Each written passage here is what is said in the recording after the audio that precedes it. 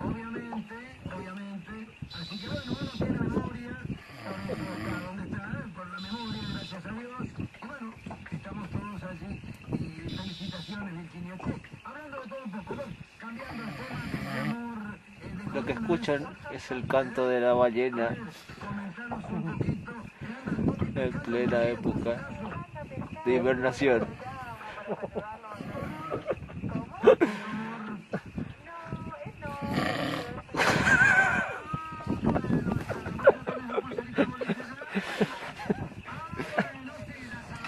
No puedo casi. Este efecto ocurre después de haber tomado 3 latas de cerveza. ¿Qué tomó? 4, boludo. 4 tomó. 4 latitas de cerveza estamos. Así queda el ser humano después de haber ingerido 4 latitas de 454 miligramos. que ni un litro no tomó, boludo. 450 miligramos, boludo. Quedó planchado. Qué desastre, ¿no? Nosotros lo único que hacemos bien, mirá. Saludable lo que tomamos. Mirá. Coca-Cola. Coca-Cola. Cero alcohol.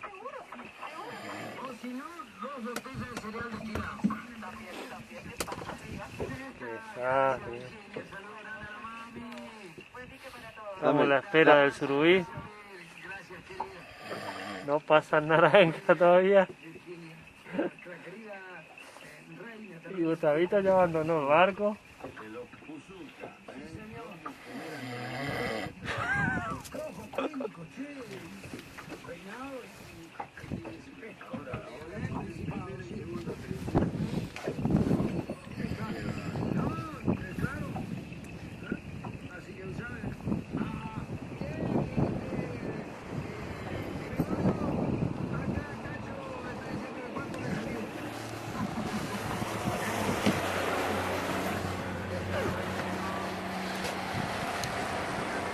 Nuestros amigos, los fiscales.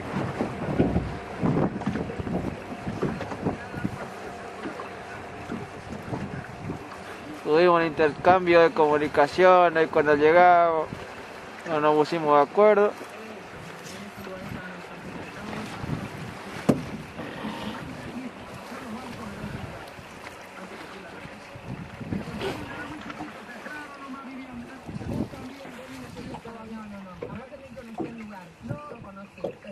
¿Alguna palabra, doctor, para la teleaudiencia?